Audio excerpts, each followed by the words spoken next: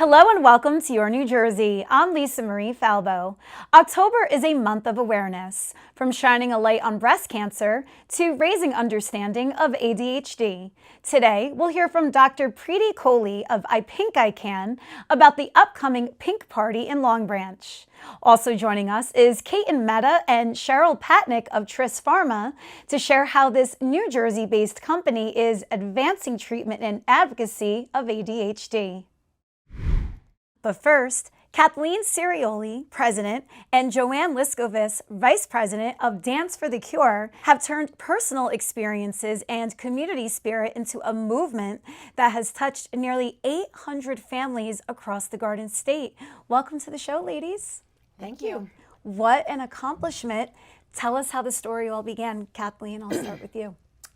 Well, I was diagnosed with breast cancer back in 1998. It was actually my second cancer. I had had ovarian cancer when I was 19. And actually I have a third cancer right now, lung cancer. But I'm doing great. And back in 1998, after this experience and what I went through, just really realized how many people don't have the support that I had going through this. They don't have the financial support. They may not have the family support. And Joanne and I have known each other for many years. We're both tap dancers and tap dance teachers, and so we know each other through that at the beginning. And we just got together and thought, what can we do about this? We were fortunate enough to have a little appearance on the Rosie O'Donnell show back then. Really? I was invited as her guest. We tap danced on the show, and it was after that we decided, we have to figure out what we can do with this, and we founded the not-for-profit Dance for the Cure. What a wonderful story. Yeah. I mean, and for you to turn everything that you've gone through over the past decades and are still going through into something like this, where do you get the strength? Really, all the people involved, this organization, we've grown to have over 75 volunteers. They're amazing. We're friends with them. They've become friends with each other. There's just such a camaraderie among our volunteers, the patients that we help, the families that we help. It's just been a wonderful thing. So Joanne, what does the nonprofit actually do? So we raise funds through the year. We have a huge fundraiser each October called Ribbons of Hope. That's our main fundraiser, and it's a basket raffle and dinner at the Bridgewater Marriott. And this year, in the past few years, we've had over 500 people attend our event. It's become a showcase event in Somerset County. So that's our main fundraiser, and we help the breast cancer patients in Somerset County, Hunterdon County, Middlesex, and Mercer counties as well. So when those patients are identified by social workers or doctors or even neighbors who know of a friend in need, they apply on our website.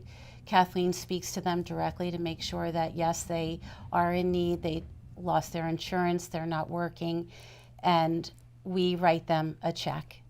And none of our volunteers, nobody gets paid in our organization. Everybody is fully volunteer. And when people learn that about us, they're more inclined to help us because they know that the money that they're donating will go directly to the patients in need. How many checks have you written since the start? We've donated to over 800 women, and actually over $1.3 million is what we've donated. And at the very beginning, we were doing very little. We didn't have the funds, and now as we've grown and we've had the funds, we're able to donate larger amounts to everybody. And they're so grateful. There's not a lot of red tape. We just talk to them, get their information, find out that it's all valid, and they get a check in the mail. What's the typical gift? It varies. It really varies. Now we're usually doing about $3,000 a person. I mean, that goes a long way. That helps for groceries, bills. Yes, exactly. But most organizations, there's a long process for them to go through. So they may get some assistance, but there's a very long process. With us, it's not long at all. And within a few days, I get a phone call with people just so grateful, thanking us. And everybody's needs are different. Sometimes it's for groceries. Sometimes it's they want to get a cold cap to wear when they're going through chemo and their insurance doesn't cover it. So everybody's needs are different, and they can use it for whatever they need. How are you raising money in this difficult climate? Because there's a lot of nonprofits struggling right now. We are sold out. Our event is sold out. We have over 500 people coming, and this year we sold out at the end of July. We even bought some people's tickets back because they knew they weren't going to use all 10. I'm like, we'll take those 4, we'll take those 3, and then we could go down our waiting list and get, people in who weren't able to buy a table. And then all of the people that we help during the year, they get invited, if they're well enough, to come as our guest to this event. And it's just a beautiful evening celebration. A lot of dancing? No dancing. No dancing. The dancing goes back to the beginning with the tap dance appearance on the Rosie O'Donnell show. That's where the So dancing we should comes in. tell the story. So we did a routine called Go and Get Your Mammogram. And it was to the tune of Button Up Your Overcoat. Our media director, Lynn Grillo, is also a singer. Her husband Is a is a musician. So they recorded the song that we danced to. And we had lyrical dancers who performed at our Ribbons of Hope event. 4 girls each year were part of our program. But that's when Kathleen had a dance studio with kids from all ages, from 4 to 104, right, dancing at the studio. So they would be in the recital, and then they would dance at the different events that we would go to. Yeah. And then we've So- evolved into what we are today. Right, so And it's not, as- we're not dancing now, but No. that's why we're called Dance for the Cure. Yeah. And the people who were so supportive of Kathleen at the time when she was going through her breast cancer were all from the dance studio.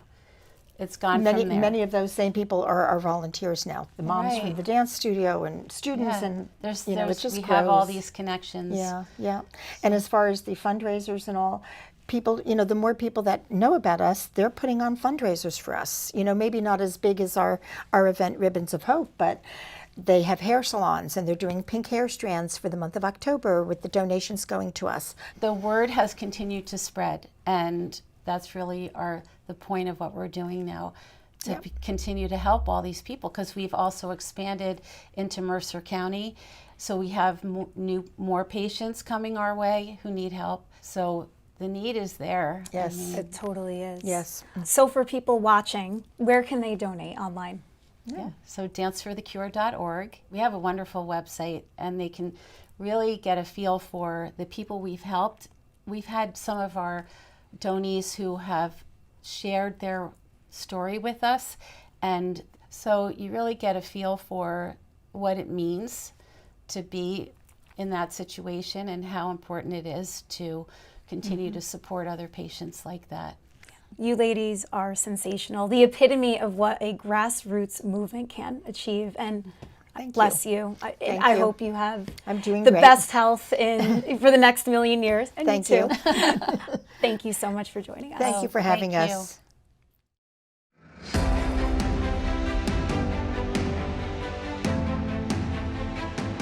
Hey, New Jersey, want to choose how you live as you age? Tune into AARP New Jersey's new show, The Power of Us, the show that celebrates aging with dignity, purpose, and joy. From protecting yourself against fraud, to staying healthy and aging in place, to finding purpose through volunteering, we've got the tools, tips, and stories to help you thrive. Join us on ONNJ and discover the power of us.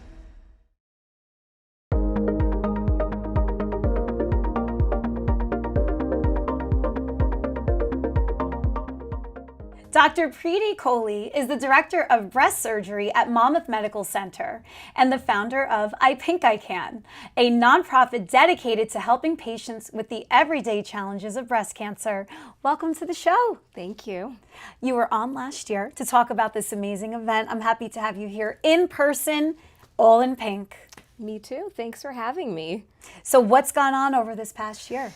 So we've been able to really grow and expand and make some big strides and help a lot of patients who have been diagnosed with breast cancer.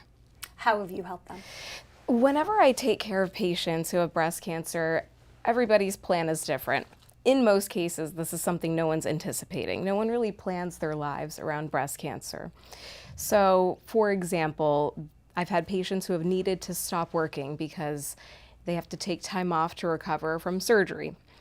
During that time, there's really a need to pay the bills, make ends meet, and they may not have any savings.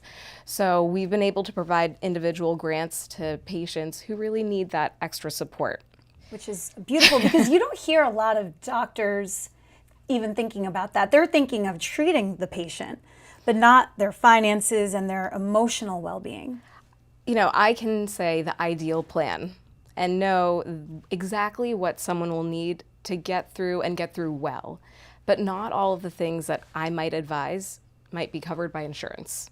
And so we have the option of applying for certain grants that may take a few weeks to get approved, or saying to that patient, don't delay your care by a couple weeks waiting for this grant. We can provide coverage for that, and you can start your chemotherapy, but also know that you're gonna come through maybe with your hair, not necessarily feeling like you have such a negative appearance or feeling about going through that. It's crazy that that's not covered by insurance. You would think that's like a no-brainer. New York is going to be covering it, even with private payers, starting next year, but we still have work to do in New Jersey. How do you lobby to get stuff like that done? I mean, all you can do is continue to advise it for your patients, insist that they call their insurance companies, ask for coverage, and demonstrate that there's a need for it.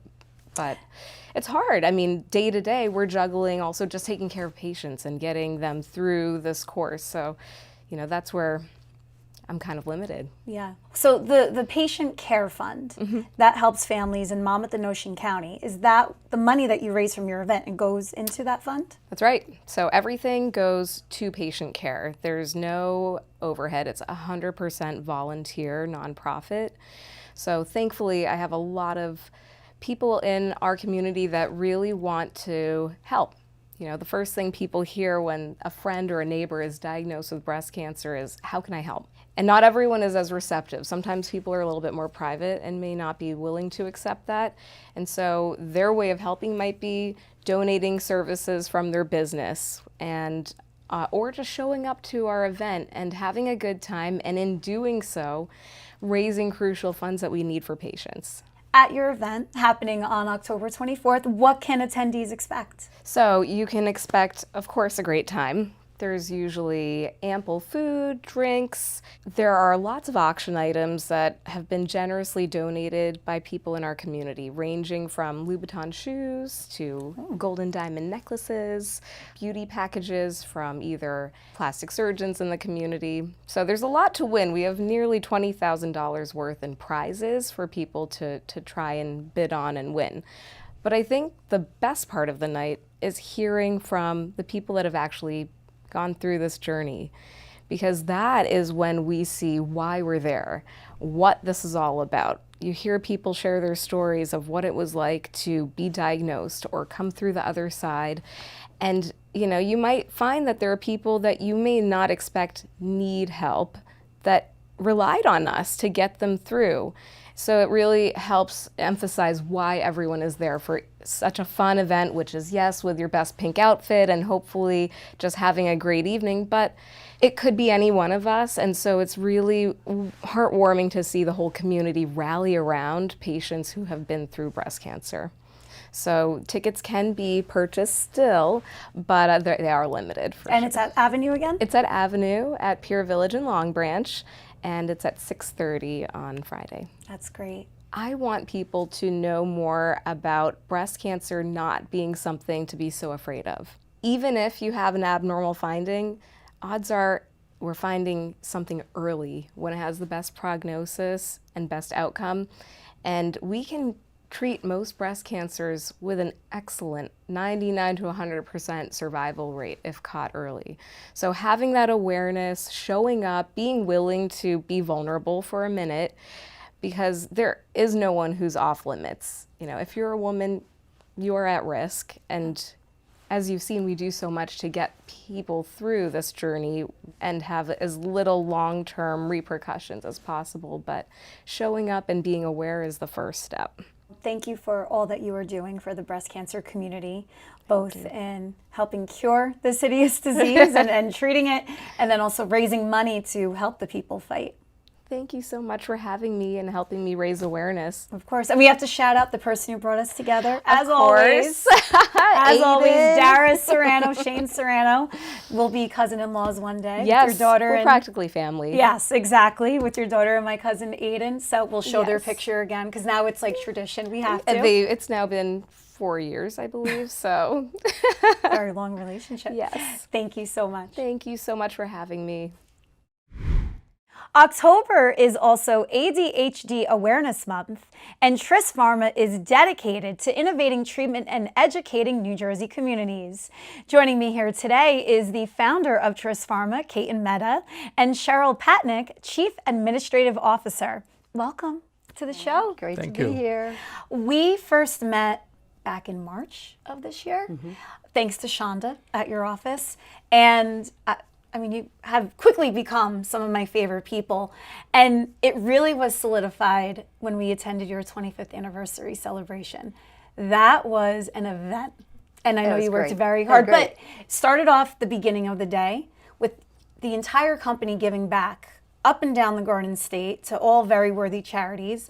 And then a party and a half at the Somerset Palace. I have never been to a corporate event where everybody was on the dance floor. And not only that, speaking so glowingly about the company. You don't get that often. So I'm going to start with you, Cheryl, Okay. about the culture and everything that has been cultivated at Tris, thanks to you in large part over the years. Oh, thank you. And it was a wonderful day. And I think the day actually solidifies a lot of who we are from a culture standpoint. So I would start first by saying we closed down for the day. So everybody had the day off, and we spent the first part, like you said, giving back to the community, which is perfect. Like when we talk about our culture, we talk about it as a culture of care, and that's care for patients, but it's care for the community, and that was a great way to do it in North Jersey, South Jersey, and we filled over 800 backpacks for students in need. And then we turned it into the party, which was then the care for all of the employees. And that's really what it's about for us. So we have individuals out in probably over 30 or so states in the US. We have a 24-hour-a-day operation on our production floor. So when we talk about culture and care, it's about connecting everybody together and really making sure that we feel like one Tris. And you do it so well. But my favorite part, you have all these locations, but you're born in Jersey, you manufacture in Jersey. I mean, you are Jersey, Ketan, through and through, and I know that was very important to you. Absolutely, because being in New Jersey has really given us an edge, I feel, because not only you are in the heart of the biopharma industry, but some of the best people we have been able to recruit. And that is really, it's all about making people feel that they are contributing, they are doing this rather than anything else. So we are really fortunate to be in New Jersey, to be honest. Yeah, and you're making great strides in so many things, but we're here to talk about ADHD. Why is ADHD so important to Tris? I mean, number of reasons. And we truly are committed to that. When you look at young children, when you look at some of the challenges some people face, and you try to understand that, it comes down to that they were born with, or they had certain conditions. And so when we focus into neurodevelopmental disorder conditions, we think this is something where we can apply our technology and we can make a difference, something for patients that is very unique that we feel we are contributing. And that's how we got into ADHD. And we believe this is going to be something that we are going to be committed for a long time. So we have today 5 products in the market for ADHD. We are right now re-optimizing, if you will, the already approved products that we had meaning in the market before, but we are putting that into our technology, which makes them very unique, because what we have is the delivery of the drugs that makes it very different experience for patients when they take it. They are providing a very continuous and a slow release throughout the day. In some cases, like in a non-stimulants day, throughout the day, meaning for 24 hours. In case of stimulants, it does it for 12 hours, 13 hours, depending upon what the product is. So we are making sure that the drugs are really becomes a great opportunity for the individuals that need any kind of conditions that need to be addressed using the products that we have. And that slow release is so important because a lot of the other ADHD drugs, you take them and once they wear off, it's like getting pushed off a cliff, right? With yours, it's gradual. That's right. Thank you for saying that. It's only slow starts, slowly builds up, and then it is also gradual as it starts coming off toward in the evening. So you don't even realize that now the drug has left your system, so to say. And same thing in the next day and again and again. And that has really been a very crucial. And also we have an opportunity to do what we call micro titration, meaning you can actually exactly take amount of drug you need, not exactly what a one pill is designed by a company. But having a liquid form and a long acting, combining the two, you can take whatever dose you feel, meaning doctor feels is required for that particular patient or a child. You must hear from parents all the time about how your drugs have changed their children's lives. Talk about that feedback. We do, and we try to share the patient success stories as much as we can. So we get them from our colleagues in the field, and they share their experiences where they're in doctor's offices, or we've had parents write letters. That's why we do what we do. Absolutely. Mm-hmm. One of the letters I remember Cheryl shared with the company that she received from the mom, but actually it was a letter written by a little boy to Santa Claus. And the little boy says, my mom gave me this medicine and my concentration is so great, and I want Santa Claus to give this concentration medicine to all the children in my class. To everybody. Wow. And that was amazing kind of little letter that come, and we were so proud of it, and that mom shared with us. So it was kind of a very interesting situation.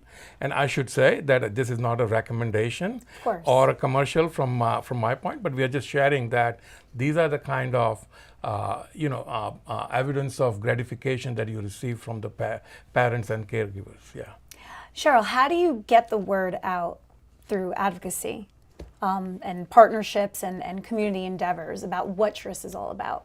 We are starting in on sort of the patient advocacy foray in that regard. We have an Autism Speaks. We partner a lot with Autism Speaks, which I know that that's not ADHD specific, but just kind of within the community and sharing who we're about. We have partnerships with local universities, which is more on kind of the STEM employment opportunities, but it's also important because it helps people to know who we are. So the more we can get the message out as far as who Tris is, whether it be for patients or for the communities or even for employment, then the more that buzz sort of starts to happen. And we get many of our employee hires through employee referrals. Wow. And then, when you talk about advocacy, I think one of our most important function is to share the medical information and science, share the data that we have, and that education effort, so to say, is really very important to us. We have about 8 folks involved in distributing this message throughout the country. For example, call them medical liaison or medical science information specialist, and they really are fully engaged in sharing this information and educating our physicians with our products and the science behind it and so forth. That is beautiful. Well, thank you so much for taking the time to educate our audience. Is there anything that we might have missed that you wanted to bring up? Happy ADHD Awareness Month. I will say too, it's a big month for us, so that if anybody drives by, you'll see Tris supports ADHD. We've got our orange lights on the building. So we take it seriously about what we do, why we do, and have fun. Well, I see that you're wearing orange, and so do I here. You know what? I found a shirt in my closet that was pink and orange. I'm like, oh, perfect for today's show, right? There you go. And I think as we talk about ADHD, we are also equally engaged in a pain drug.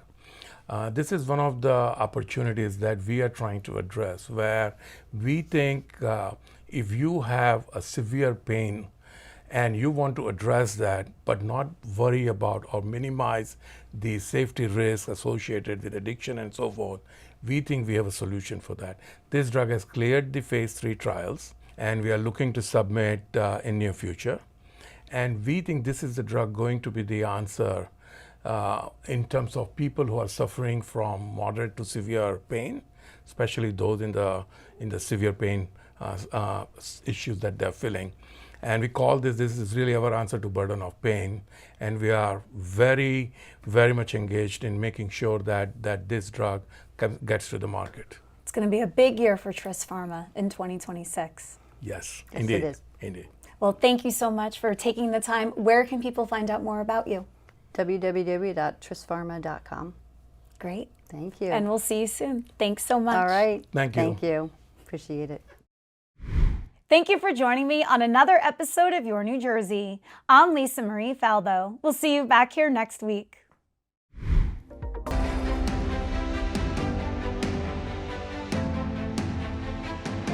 Hey, New Jersey, want to choose how you live as you age? Tune into AARP New Jersey's new show, The Power of Us, the show that celebrates aging with dignity, purpose, and joy. From protecting yourself against fraud, to staying healthy and aging in place, to finding purpose through volunteering, we've got the tools, tips, and stories to help you thrive.